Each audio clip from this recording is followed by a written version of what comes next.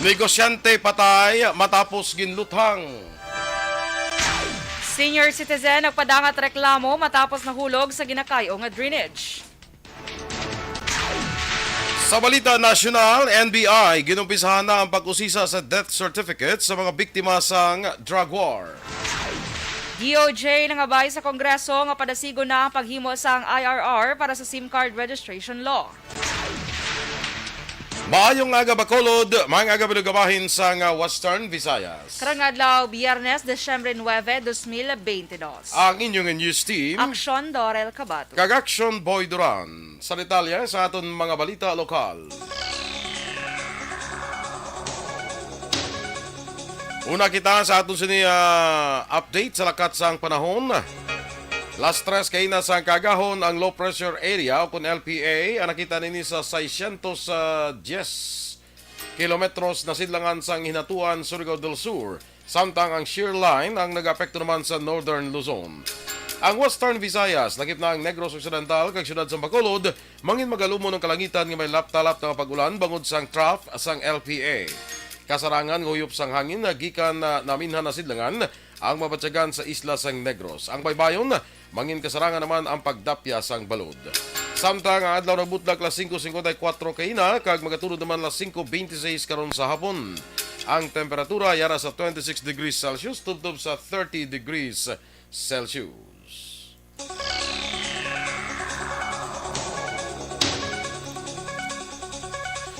Sa detalye na sa ato nagapanguna nga mga balita lokal, patay ang tag-iya sang MBS Security Agency matapos gintiro sang riding in tandem sa Magsaysay Avenue sa Purok Henrietta Village, Barangay Singkang Airport, Siyudad sa Bacolod sa itong Miyerkules sang gabi. Ang biktima, kilala kay Ivan Magbanwa, 39 anyos, pumuluyo sang Regina Town, Purok Cadena de Amor, Barangay Singkang, Siyudad sa Bacolod. Si Magbanwa ang gintiro gamit ang kalibre 45 nga pistola sa sulod sa iya salakyan nga nagresulta sa iya kamatayon. Suno kay Police Major Jory Puerto, ang hepe sa Police Station 8, may person of interest sila ang inalantaw sa kamatayon sang biktima. Sa inisyal nga pagpangusisa ni Puerto, gingamit ang security agency ni Magbanwa sa isa ka kompanya nga may konflikto. Dugang pa sang hepe, may ginpahalin ang kompanya nga ginkaakig sa mga persona, sa din si Magbanwa ang ginbalikan bangod sa paggamit niya sang iya security agency. Nagapating kapulisan nga gun for hire ang mga persona nga nagpatay sa biktima. Siya na nag-iasang contingency. Okay. So may kliyente sa kumpanya na medyo may conflict. So siya nag-from incorporation sa kumpanya ni may sa agency pa sa kumpanya na ang may matipo nga magbansya. Bali agency ang gamit para magbantay sa kumpanya na siya ga-front. Ang kabayan sa pahig ni Police Major Jory Puerto sa Police Station 8. Lansihanay naman sa iligal nga droga ang ginalantaw sa Police Station 2 sa pagtiro pilason sa isa ka miyembro sang LGBTQ community sa Purok Sigay, Barangay 2, Siyudad sang Bacolod, sang Miyerkules sang gabi. Ang biktima ginkilala kay Renante Heliang, 44 anyos, tumandok sang Purok Prosperville, Barangay Sumag, Siyudad sang Bacolod. Suno kay Police Lieutenant Junito Pastrana, ang Deputy Chief of Police sang Police Station 2, may ginpabaligya nga droga kay Heliang nga wala niya mabayaran. Suno kay Pastrana, sa baylong ibaligya sang biktima ang droga iya inigin gamit, rason nga ginakaakig sang suspetsado. Suno pa kay Pastrana nga may person of interest na sila nga ginalantaw, apang kinahanglanon pa ang ebidensya. Si Heliang ang ex-convict kaga 2021 lang sa nakagwa ini sa New Bilibid Prison sa kaso illegal possession of prohibited drugs. Suno pa kay Pastrana, natabo ang pagtiro kay Heliang sa Purok Sigay, Barangay 2, sa diin siya ang naga-istar. So parang sinerik na establish na ng tuod nga identity sa nga to mga biktima nga ini siya taga-sumagli, taga-Purok Prosperville. Ex-con nakagawa sa prisuhan sang 2021 sa government sa kasong droga. Ginlantaw sa subong nga kita subong person of interest nga gina-develop. Kabahin sa pagpahayag ni Police Station 2 Deputy Chief of Police Lieutenant Junito Pastrana. Samtang nagreklamo ang isa ka senior citizen matapos nga nahulog ini sa ginakayo nga drainage sa may dalan San Sebastian, San Juan, Siyudad sa Bacolod kahapon sang hapon Huwebes. Ang tagreklamo ang kilala kay Riffy Perez Canya, 75 anyos, residente sang Banwa sang Kawayan, apan nagapuyo sa Rodriguez Yulo, Siyudad sang Bacolod. Ang tagreklamo ang personal nga nagkadto sa Action Radio Bacolod para ireklamo ang insidente. Sa interview sa Action Radio kay traffic enforcer Nonoy Tabu-Tabu, base sa ilang nakita, nagalakat ang tagreklamo. Kagidaligar nagagamit sang cellphone sang wala madiparahan ang ginatrabaho nga proyekto kag ini ang nahulog. Sunod sa tagreklamo, wala ini sa may nakita nga baral sa ginaubra nga proyekto nga nagresulta sa pagkahulog sini sa nagpanaog sa tricycle. Nagbatyag ang tagreklamo sa pananakit sa lawas kag bagras sa iban nga parte sa iya sini nga lawas. Pagpanaog sa tricycle, inang wala ko kabalo nga may nag-aubra dira sang manhole. Pagtikang ko, nahinali ako ang isa ko katiil, nahinali buslog sa dalom, kag diritso ako dayon. Basta ni diri ako, sir, diri basta ako. Kay naglumbayag ako sa sa tubig. Ang kabayan sa payag ni Riffy Perez Kanya ang kung senior citizen nga nahulog sa kanal. Liwat nga didakpan na nga naipreso bangod sa pagbaligya sang iligal nga droga sa drug buy-bust operation sa Bacolod City Police Station 10 sa NEDF Zone 12 Barangay Handumanan, syudad sang Bacolod. Ang nadakpan mo si Jade Babaran alias Toto Bonbon, 48 anyos. Ginakabig naman niya street level individual o kon SLI kag residente sang number 60 Rizal Street Barangay 26 sa nasambit nga syudad. Nakuha kay Babaran ang anom ka plastic sachet sang ginasuspetsohan shabu, may kabugaton nga 10 gramo kag nagabalor sang 68,000 pesos. Suno kay Police Lieutenant Michael Tuburan, Deputy Station Commander sang Police Station 10, nga ang suspect ang nadakpan man sa buy-bust operation sang tuig 2017, apang ginserbisyohan na sini ang kaso kan nakagwa sang sinilang tuig 2022. Sa karon yara na preso ang suspect sa Police Station 10. Nakuhaan man sa masobra 27,000 pesos kabalor sa ginasuspetsyohan shabu ang duha ka lalaki ginakabig street level individual sa drug buy-bust operation sa Bacolod City Police Station 2 sa Purok-Sigay, Barangay 2, Syudad sa Bacolod sang hapon Huwebes. Ang nagkalatakpan na musanday Justine Condada alias Dikoy, 26 anyos, kag pumuluyo sang Barangay 34, diriman sa syudad. Samtang ang isa pagida mo si Edwin Canlas, 36 anyos, residente man sang Barangay 2. Nakumpeskar sa mga suspek ang 4 ka gramo sang shabu ka nagabalor sang 27,200 pesos. Sunod sa mga suspetsado, ining una kay Yunan nga sila nadakpan kag mapreso bangod sa paglapas sang Republic Act 9165. Arestado naman ang top 1 most wanted person sang Victoria City Police Station pinaagi sa pagserbe sang warrant of arrest sa Sweet Center, Barangay Zone 16, syudad sang Talisay, pasado las 11 sang aga sang Disyembre 7. Ang akusado ang ginkilala kay Nelia Hapitana, 48 anyos, kag residente sang among lugar. Si Hapitana ang gindakop bangod sa warrant of arrest sa kaso nga paglapas sa layi nga nagdumili sa pagbaligya kag pagupot sang iligal nga droga. Ang warrant of arrest bato kay Hapitana ang ginpapanaog ni Judge Leonardo Facultas, presiding judge sang RTC Branch 69 sa Hulyo 25, 2022. Preso karon si Hapitana sa custodial facility sang Victoria City Police Station.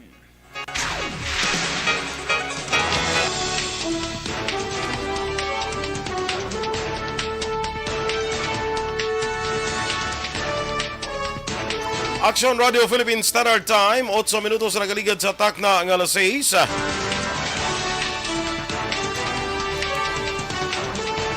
NBI ginumpisa na ang pag-usisa sa death certificates ng mga biktima sa drug war. Samtang DOJ nangabay sa Kongreso, padasigo ng paghimo sang IRR para sa SIM card registration law. Ang detalye sa mga balita nasyonal sa pagbalik sang aksyon, Balitang Bayan numero 1. Kag sa aton mga ka-aksyon, Champion ang ginamit mo, may pagkakataon kang maging milyonaryo. Champion na, milyonaryo pa! Ilagay sa isang papel ang iyong name, age, address, phone number at pirmahan. Ilagay sa isang white legal-sized envelope at lakipan ng alinman sa mga required proof of purchase. Kasama dito ang tamang bilang ng empty sachets, wrappers at mga pouch ng Champion Superpower Detergent at Champion Antibacterial Fabricon. Sa labas ng envelope, ilagay ang promo title, ang POP na ginamit at MBC station na iyong pinakikinggan. At ihulog ang iyong entries sa mga drop boxes na makikita sa iyong mga favorite MBC radio stations. Mas maraming entries, mas malaki ang chance mong manalo. Mamimigay kami ng 1 million pesos sa ating grand draw at libo-libong piso pa in cash sa mga weekly draws na magaganap sa mga MBC radio stations nationwide. Champion na, milyonaryo pa. Champion, tapat po sa inyo. Brought to you by Champion Supra Powered Detergent with X-Stain Technology at Champion Antibacterial Fabric Conditioner.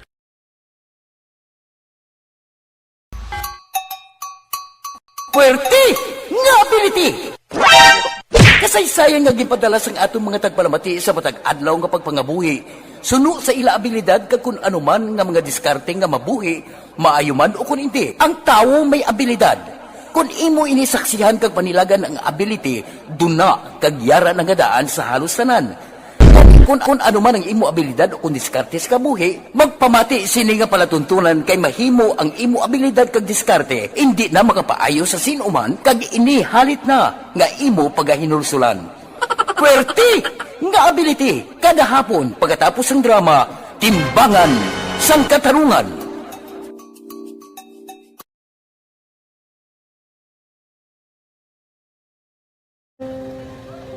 Umpis ana, ano nang nauya ako makulang. Ay, siyempre, pigado, tas ay kay, ano ko sila, manisurbo ko sila lang, tapos kita, kakulbaan ko kay, basi, hindi ko mapasar kay.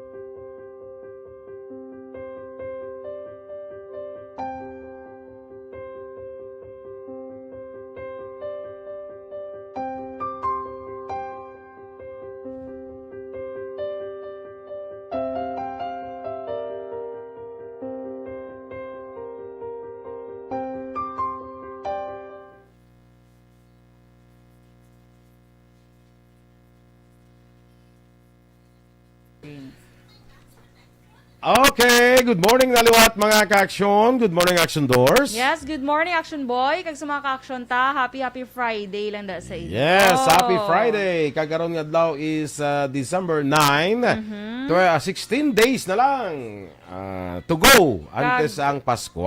Yes, kag do matugnaw or mabugnaw nga ano subong no nga Biyernes. Kito Mabugnaw kay nagaulan. tungod sang LPA, no? Oo, so kabay pa nga ay. Ang LPA din, hindi pa sa bagyo. Hindi pa. Ara sa inatuan, Surigao del Sur. Ginpasa mo. Unsa Ugly, no? man oy. Kasi memorize mo ya. Hinatuan Surigao del Sur. Yes. No? Diri sa aton sa Western Visayas, lakip ng Negros Occidental, trough ini, ang pag-ulan ni bagod sang trough, bagod sang LPA. So kabay pa tayo nga hindi na magbagyo ba? Gani man. Ato Para bla ka dumdum pa to sang maka-enjoy Odette to sang December bla. Oo. Odette, pero- no? Oh yes, Ang bagyo. December Odette. to nga bag-ulan na ka lights ono iban bumbahan sang bagyo. Guba dayon. Wasak, no? Anyway, sige lang kabay pa pangamuyot alam mga ka-aksyon nga mangin maayo ang panahon sa asining pag sa celebrar naton sang Pasko. Kagbagong tuig. Kagbagong Kaya wala tuig. imposible action boy kung mga muyo. ta. Yes, so Correct. correct. Oh. Okay. Good morning na dira sa nagabonitor sa Facebook. Please like, follow, and share sa aton nga FB Live. Kay Remar Hicano Haliasgo. Good morning dira. Kay Inday Blaza. No? Sa kay Lalaine Grace Ibarra. Good morning sa imo Grace. Rosemary Valuis. Kag si Alex Monteza. Morning man kay Russell Gomez. No? Ang atong mga ka-action guro ginatugnawan pa niya mo na yung mga oras. At Pero yun, namin tulog. Especially kahapon nga daan ko ang kahapon mo ng holiday. Oh, correct. Iban daw basi nag Ginlapyo, guro. lapyo guro. Si Ma'am Vanessa Mayo, mga agaman from Saiwi, Minnesota. Snowy na, guro? Snowy, gali. Oh. Snowy, Minnesota. With love. Ay, Ah. ako na mo, gakwa na to. Snow. Snow. Oh. Nga naman.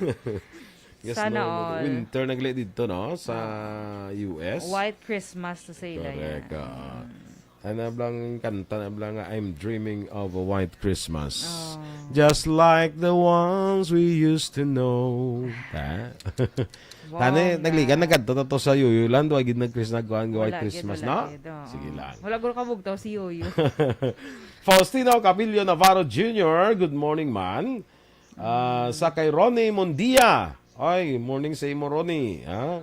Luto ta kuno corn beef. Pamahaw. Ay, nami wow. pa yan, Tingnan na pamahaw. pagkaon sa corned beef ah. Kami ay go kami na karon mga kakaon. Karon mga tag alas 10 na karon alas 11 na. Kay Miss Vanji Alojado Haneo, good morning man dira sa imo, Vanji. No? Sa aton nga naga-monitor nga iban dira sa Facebook, ha? Naga-watching lang, good morning. Miss Jinky de Alagdon, Russell Gomez, liwat, good morning. Sa kay amigo ta Juan Bolgalio, kag Madam Alma Alvarez Gallo. Kay Ma'am Luisa Loing Melos, may agada kag kay Melchor Melos, kag kay Chay Indring, good morning. Kag kay Teresa Linakayaw kag pari ko Gilbert Kayaw, good morning. Sige, standby na kita sa mga balita nasyonal.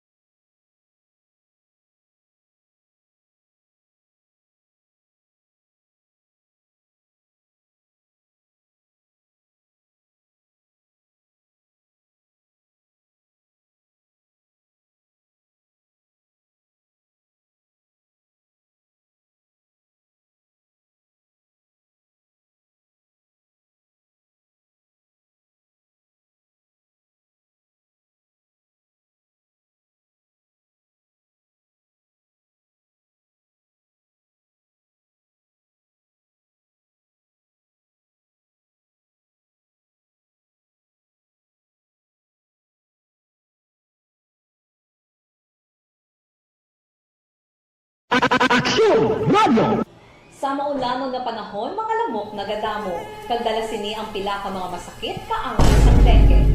Yari ang pila ka mga pamaagi nga dapat himuon para malikawan ang dengue. 5S agud malikawan ng dengue. Number 1, search and destroy o pangitaon kag gub-on.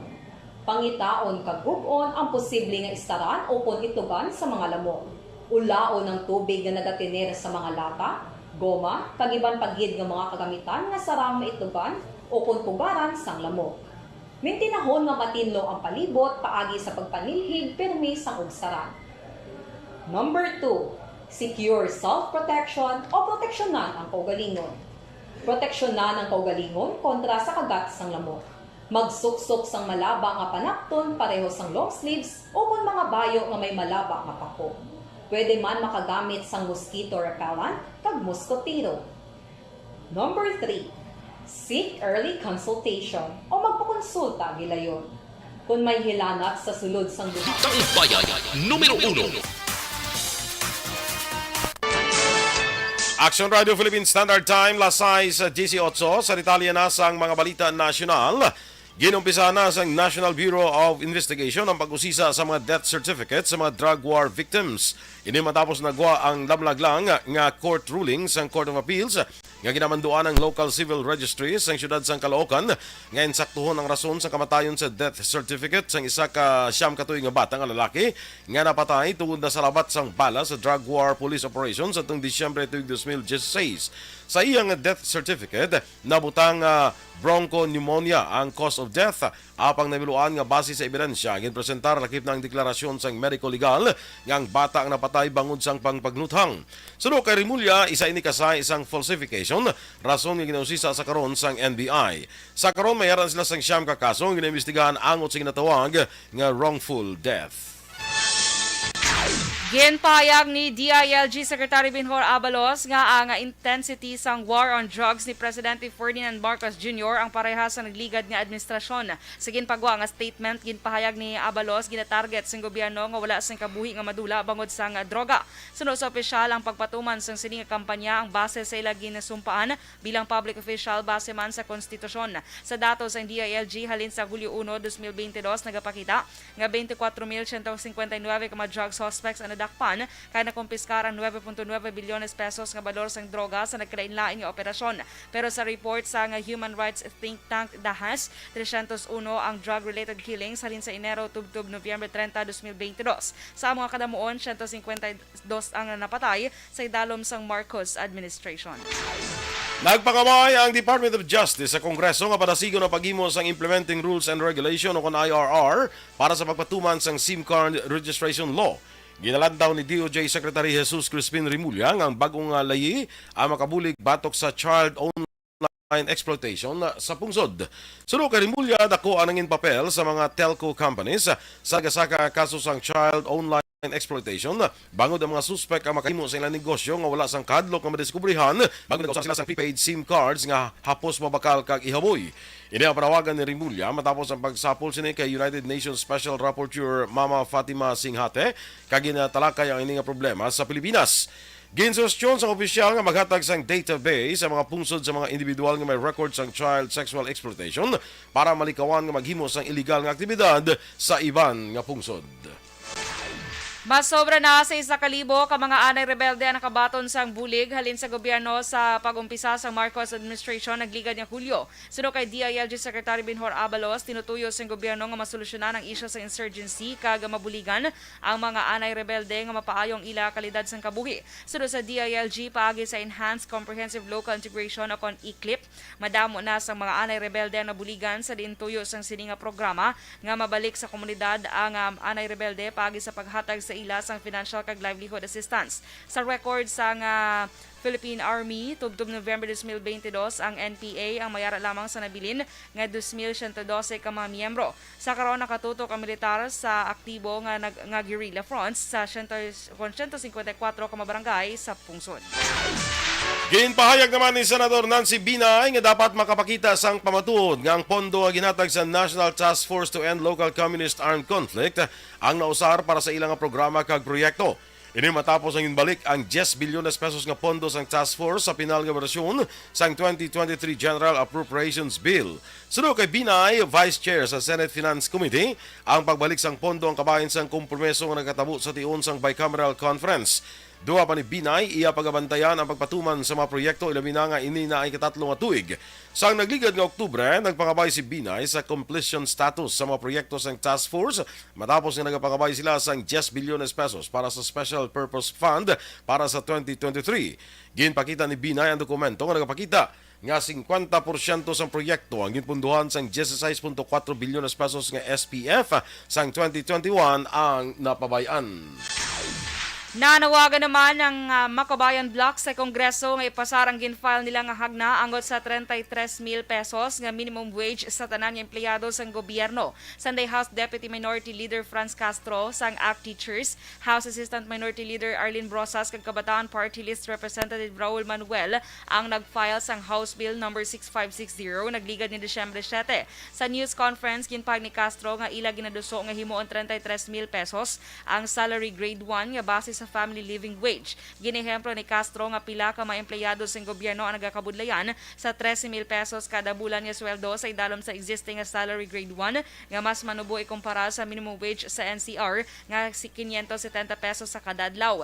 Ginehemplo man sang kongresista ang middle level employees lakip na ang mga manunudlo nga magabaton sang 27,000 pesos kada bulan o kon salary grade 11 sa 2023 sa idalom sa existing nga layi. Para sa grupo ila ginakabig nga injustice nga iban nga public employees ang nagatuman sang ila trabaho para sa publiko pero hindi mahatag ang husto nga sweldo para sa ila.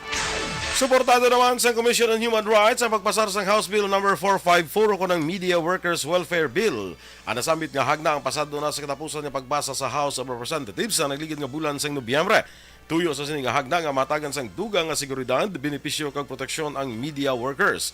Sunod sa statement sa CHR, ang hagna ang ginangot sa Article 8 Section 3 sang 1987 Constitution sa ginasaad nga the state shall afford full protection to labor, local and overseas, organized and unorganized, and promote full employment and equality of employment opportunities for all. Ginalauman sa CHR nga paagi sa hagna, mas respetuhon pa ang press freedom, ang demokrasya kag tawhanon nga kinamatarong diri sa Pilipinas. Gin-report naman sa NDRRMC nga may pila ka mga minor cracks sa mga building matapos ang 5.3 magnitude nga linog sa Camarines Norte sang Miyerkules. Tak na alauna 5 sang Miyerkules sang hapon sang natabo ang linog sa Tinaga Island, Camarines Norte. Sa public briefing Huwebes, ginpahayag ni Assistant Secretary Rafi Alejandro, ang spokesperson sang NDRRMC, nalakip sa apektado nga lugar ang Labo, Kapalonga, Mercedes, Paracale, Santa Ana kag Vinsons. Suno kay Alejandro, nagpanik ang mga residente sa Mercedes ang nagluntad ang dinog. Kag pila ka mga pasyente nagpanik man matapos ang magamay nga cracks nga nakitaan sa mga building sa magagmay nga hospital. Sa karon suno sa NDRRMC nagapadayon pa ang ila assessment sang local government unit sa kahalitan sang linog. Action Radio Philippines Standard Time, las 6:26. Good morning, Danay kay Pilton Lipura, Dennis Richard Tibor Roma, Rex Perez Nagalio, Elias Tortosa, Jean Buerom, Homal Lumena, kay Jean Sulgon, Teresa Linacayaw, Evelyn Ibumuseno, Miss Jinky Dialagdon, Ems Aboso, kag Consuling Balyantes Hernandez. Standby na sa Action Report, second portion. Upod ka Action, Fred Salanga. Balikay kita sa Action Balita Morning Edition. Upod gabon sa inyo News Team. Aksyon Dorel Kabat. Kag-Action Boy Duran. Una sa balita, una sa aksyon. Sa Bacolod Action Radio. GSM Blue,